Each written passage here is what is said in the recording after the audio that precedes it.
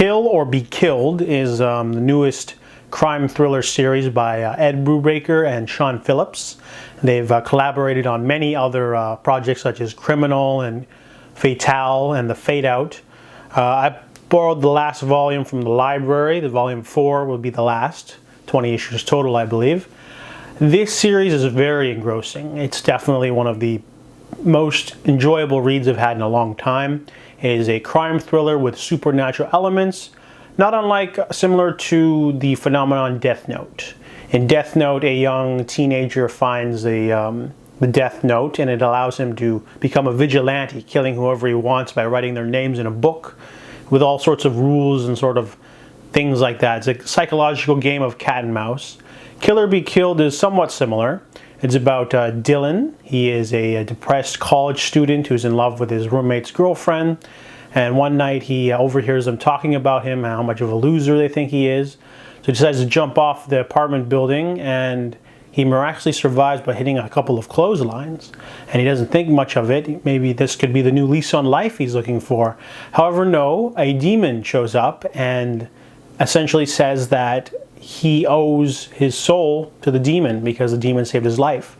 The demon has a toll for life. He wants one person killed every month from now on. So Dylan's not sure if, maybe the fall hit his head, and he's trying to figure out what's going on. Maybe the demon's an hallucination, maybe what's going on. But then as it starts to get ticked down 1 month, Dylan realizes he's going to have to kill someone. And that's where the series gets interesting.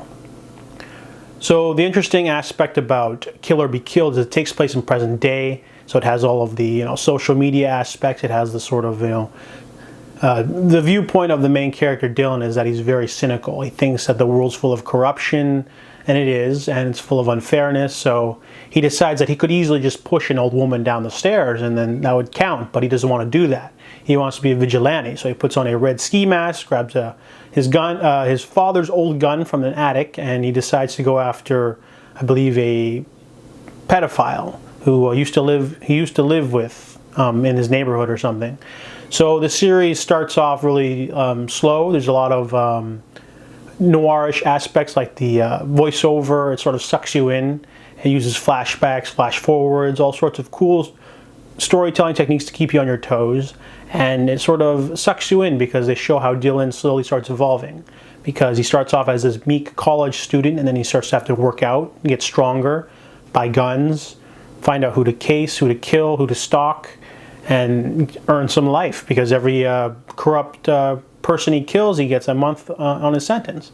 And the series also throws in the psychological aspect a little bit more, with the demon appearing in and out.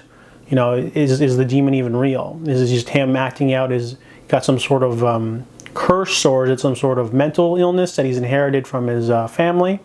And the series sort of ends a little bit too soon, however. Volume 4 will be the last volume, so it has a really quick, abrupt ending that I didn't really like. They sort of build up this antagonist character, a detective, who starts investigating him, and I thought they would go in a sort of Elle and Kira type relationship, like in Death Note, where you have the main character and the person trying to stop him. In this case, Dylan would be the sort of anti-hero because he's a vigilante killer, and having a detective try to stop him would be really interesting. However, they sort of quickly end the story. The artwork's really nice. I like the artwork. It's very craggy, sort of moody, lighting, dark. I like that. It's also super violent. One thing, Death Note is not violent at all. It's Japanese, a manga, so it's got to be a little bit, I guess, it's for teens, so it can't be too violent. A lot of people die from heart attacks in that. This series, people take like shotguns to the chest, and there's like blood. It's not overly gory, but it's realistic enough for it to be a little bit shocking, but it also adds a sort of hard edge to the story. It feels like a real hard-boiled crime thriller series, and I really like that. I believe it's going to become a movie from the director of John Wick. That'll be interesting. I'll definitely check that out, but I think it would probably be better as a television show, because they could take the idea and sort of extend it, because I feel like this comic book series is a little bit short. I read online that Robert Kirkman was talking with Ed Brubaker and said he should aim for 50 issues. This one only ended at 20, so it feels a tad short. But if you're in the mood for a violent, enjoyable, engrossing vigilante crime thriller series, Kill or Be Killed is definitely one you should check out.